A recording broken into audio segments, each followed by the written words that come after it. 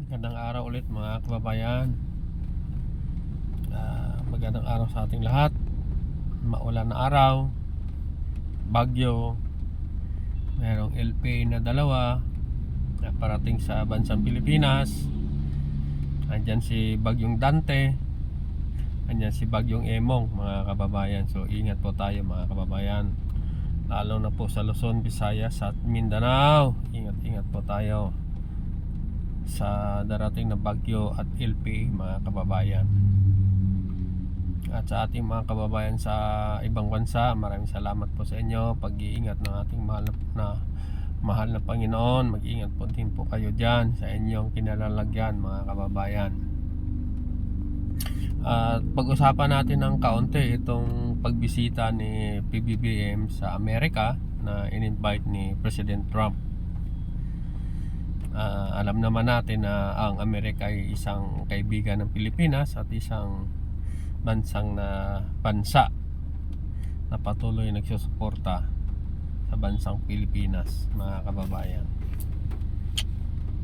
Pabayaan na natin yung mga history ng mga nakaraang history mga kababayan. Yung pag-usapan po natin itong pag-usapan ni Trump at ni PBBM regarding po doon sa tariff na pinapataw ng Amerika, hindi lang po sa Pilipinas, kundi sa buong mundo mga kababayan, na malaki talaga ang tariff ng Amerika na binibigay sa mga ibang bansa na gustong magnegosyo o mamuhunan para sa kanila mga kababayan.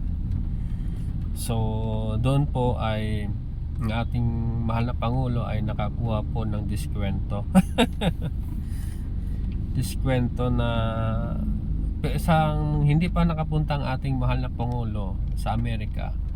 Ang tariff na binibigay ng Amerika sa bansang Pilipinas ay 21% mga kababayan doon sa mga mag-i-export. So yung mga exporter natin dito, ang ating mga produkto na dinadala sa bansang Pilipinas, ang karamihan naman na dinadala sa bansang Pilipinas ay mga handicraft. Nung araw pa yan mga kababayan.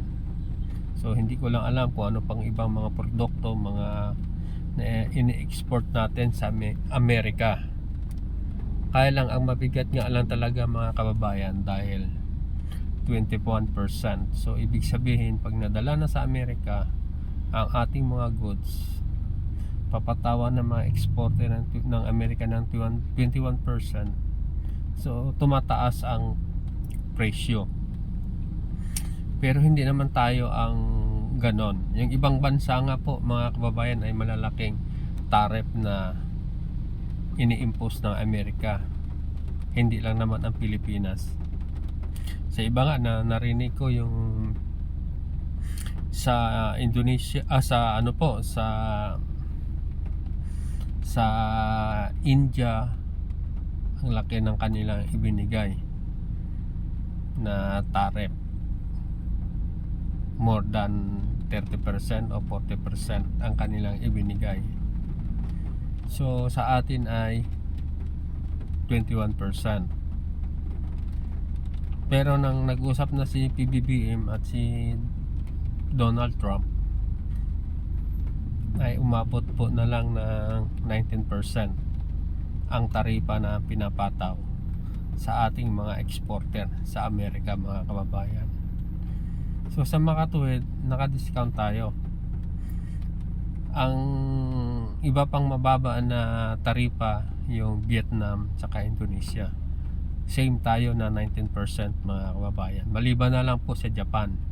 Kasi ang Japan ay talagang trade partner ng Amerika. Kaya malaki ang kanilang tariff. Mas mababa ang kanilang tariff, kanilang taripa. Nasa 15%. Kasi malaking exporter ang Japan sa Amerika, sa trading partners. So sa atin naman, Vietnam, tsaka Indonesia at tsaka Pilipinas ay 19%. So competitive pa rin tayo sa Asia. Ang ano lang po, ang mababa lang talaga yung Japan, mga kababayan. So anong epekto nun, mga kababayan? Ang epekto nun, siyempre mataas ang taripa. Yung ating mga exporter nag-iisip na rin yan, mga kababayan. In good thing naman, yung Amerika naman pag sila naman magdala ng goods, yung imported goods, walang taripa. Kaya lang ang isang ano dyan, mga kababayan, pag magdala sila ng kanilang mga goods dito sa Pilipinas, siyempre mababa presyo nun kasi walang taripa eh. So makaka-afford ang mga Pilipino na makakabili ng kanilang mga produkto. Kung lalagyan mo sila ng taripa, malaki ang i-increase ng produkto na galing sa Amerika. 'Di ba, mga kababayan? 'Yun ang logic nun eh. So, oo, mabigat kung tayo mag-i-export, mabigat sa mga exporter ng mga Pilipino. O iba rin mga exporter, mabigat kasi 19%, no? Bago nila ibenta doon sa Amerika ang mga produkto na galing Pilipinas. Sa atin naman, pag sila naman magdala ng produkto nila dito sa Pilipinas, walang taripa. Ang kinaganda lang nun, ang mga Pilipino can afford. At siyempre dagdag added taxes naman sa atin, mga kababayan. Siyempre may mga tax din yan pag nasa mga mall na, sa mga merchandise, kung ano-ano. So wala ko tayong magagawa kasi ibang klase ito si Trump. Hindi naman Pilipinas lang ang kanyang inimpose ng mataas na taripa. Wala ko tayong magagawa eh. Kasi talagang ganun ang si Donald Trump. Pero sa makatuwid, kahit pa paano mga Pilipino makaka-afford talaga na makakabili ng kanilang produkto na galing Amerika. So yun lang ang hindi naman tayo nag-iisa kundi buong mundo na pinapataw ni Donald Trump sa taripa. Kasi alam naman natin na sila marami rin silang utang. Marami din silang dapat babayaran. Ganon din tayo, marami din tayong utang na dapat babayaran. Pero sa pamumuno ng ating mahal na Pangulo, nakakabayad ang ating bayan sa ating mga utang sa local at sa international, mga kababayan. Malaki na po ang ibinayad ng ating bayan sa ating mga utang.